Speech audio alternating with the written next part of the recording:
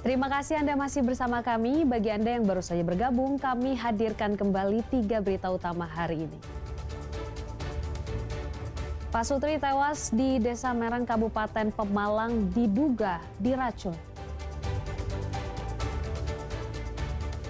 Berdekatan dengan lokasi kebakaran sumur minyak, SD Negeri 2 Gandu, Kecamatan Bogorrejo diliburkan. Dapat tambahan tunjangan, gaji anggota Dewan Terhormat tembus 100 juta rupiah per bulan.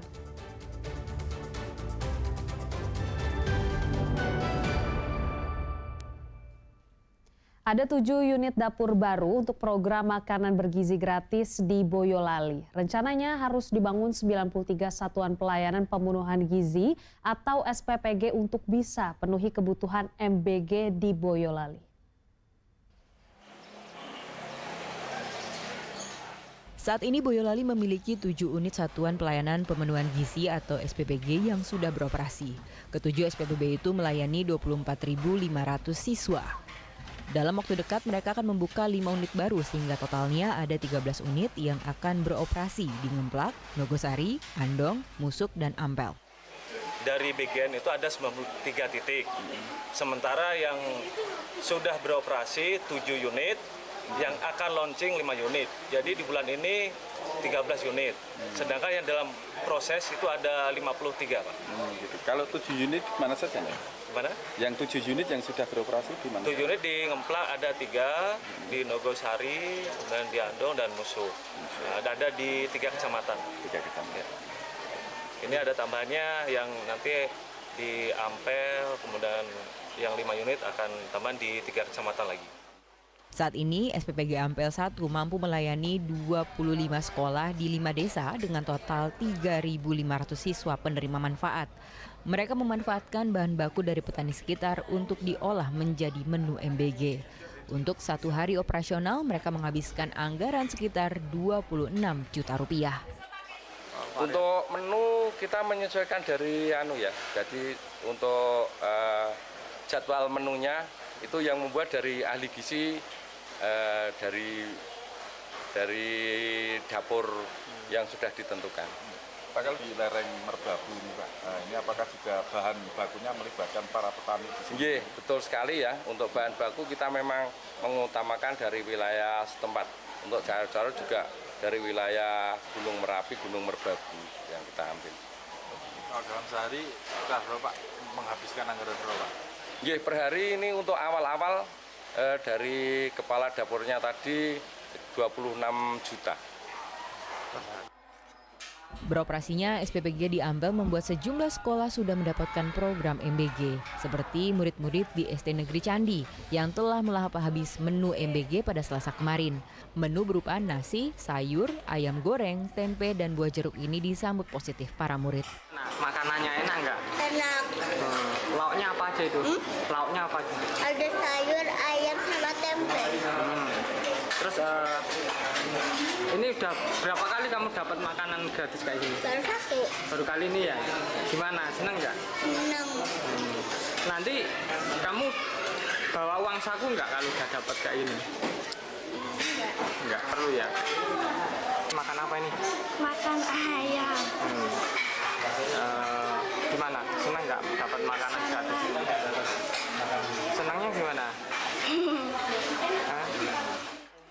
Dalam Agustus ini ada 5 SPPG baru. Pemerintah menargetkan ada 93 unit SPPG untuk melayani sekitar 325.500 siswa penerima manfaat di Boyolali. Yulianto melaporkan dari Boyolali. Kehadiran siswa sekolah rakyat saat upacara 17-an di Istana Merdeka Jakarta mencuri perhatian karena seragamnya. Alma Mater Merah Marun yang dilengkapi baret itu menjadi seragam khas dari sekolah rakyat. Jas berwarna merah marun dengan topi baret dan dasi senada menjadi baju alma mater bagi para siswa sekolah rakyat. Pada bagian dada kiri ada pin berlogo sekolah rakyat, sementara di dada kanan tercantum nama siswa. Sedangkan di bahu kanan dan kiri ada logo kepangkatan. Alma mater ini sudah dipakai oleh 100 siswa sekolah rakyat saat tampil dalam upacara HUT ke-80 Republik Indonesia di Istana Negara pada 17 Agustus lalu. Menteri Sosial Saifullah Yusuf menyebutkan desain ini diharapkan membuat siswa tampil gagah dan percaya diri. Menggunakan seragam alma mater itu kelihatan gagah, kelihatan tambah percaya dirinya, itu aja. Jelas arahan Presiden itu agar mereka bisa dilayani dengan baik dari semua sisi. Sekolah rakyat dibentuk untuk memutus rantai kemiskinan.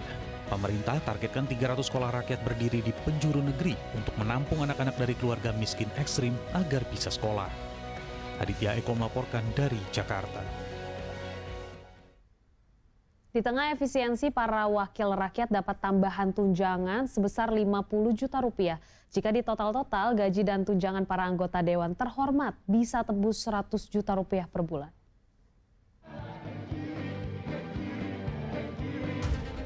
Semua mata kini tertuju pada para wakil rakyat di Senayan.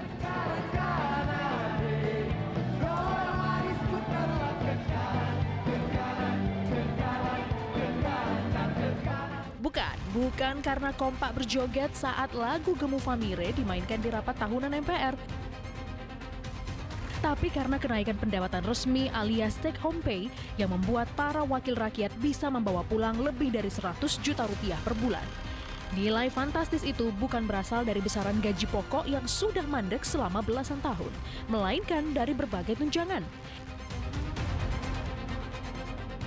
Besarannya berbeda sesuai jabatan. Nah, ada tunjangan melekat seperti ini.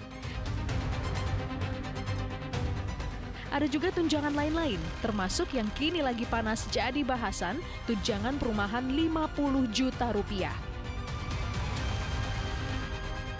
Wakil Ketua DPR RI Adis Kadir membenarkan hal ini. Bahkan para wakil rakyat periode 2024-2029 kini juga mendapat kenaikan sejumlah tunjangan.